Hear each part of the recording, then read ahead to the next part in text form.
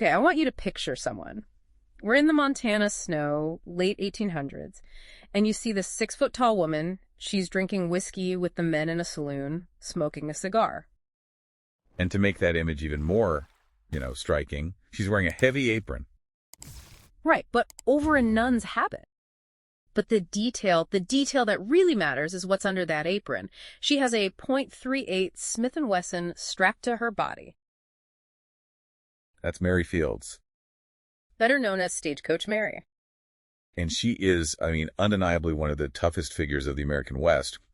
But for our deep dive today, she's not just a history lesson. She's actually become the avatar for a very modern movement. A very intense one, Foundational Black Americans, or FBA. Right. And our mission today is to explore why. Why is this mail carrier from the 1890s the perfect case study for a group that is drawing this hard line, separating themselves from the rest of the Black diaspora? To get that, you have to understand their core argument. It's about identity. And they make this huge distinction between their specific lineage and something they call flat blackness.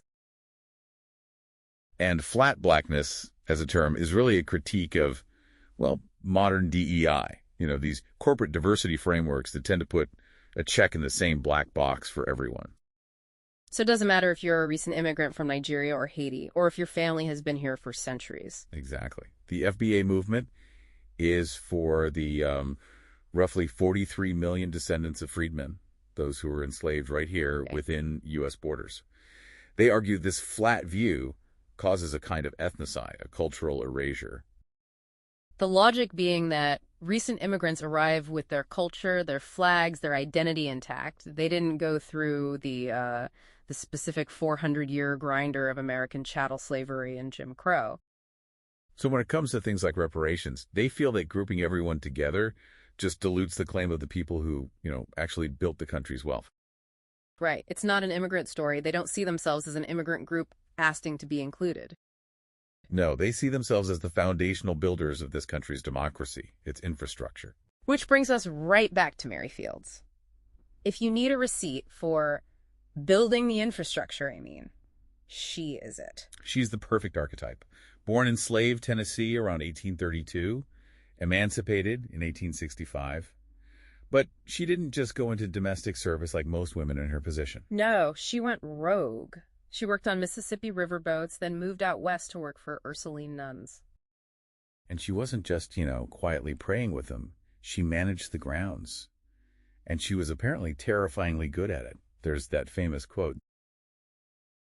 God help anyone who walks on the lawn after Mary has cut it. It's incredible. She just demanded respect in a way that was, dangerous back then. There's this story where a white male subordinate actually hit her. She drew her pistol and shot at him. But that led directly to her biggest role. She wasn't just an employee. She was an independent contractor for the U.S. government. She was securing federal communication lines in hostile territory. Her reliability was just, superhuman. 8 years on a 34-mile trip, never missed a day. The stories we have from the research, they sound like fiction. One night, a pack of wolves flips her wagon. And she fights them off all night until morning. That grit. That's exactly why the FBA movement points to her. She challenges that immigrant narrative of American progress. The whole argument is that their ancestors, people like Mary, were clearing the land and fighting off wolves before many other groups even arrived here. And she became part of the town, Cascade, Montana. She was the mascot for their baseball team. If you insulted the team, Mary would punch you. That sense of ownership is central, but it also connects to a really controversial stance they take on history, specifically Black History Month. This was the part of the research that really stood out to me. Many in the FBA movement reject it. They call it a February box.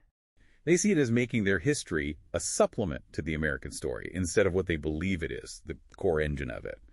And by focusing on a flat Black diaspora, the specific lineage of U.S. freedmen gets pushed aside.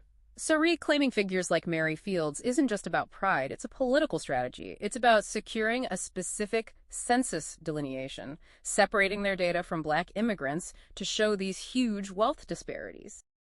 It's all about proving they're a distinct ethnic group. To them, Mary Fields isn't just a cool character from the West. She's proof of their claim to the land itself.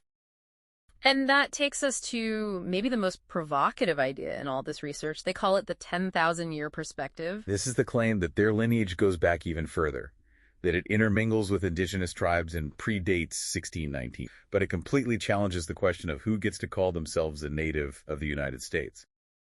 It suggests their roots go deeper than any of the history books or the census are willing to admit.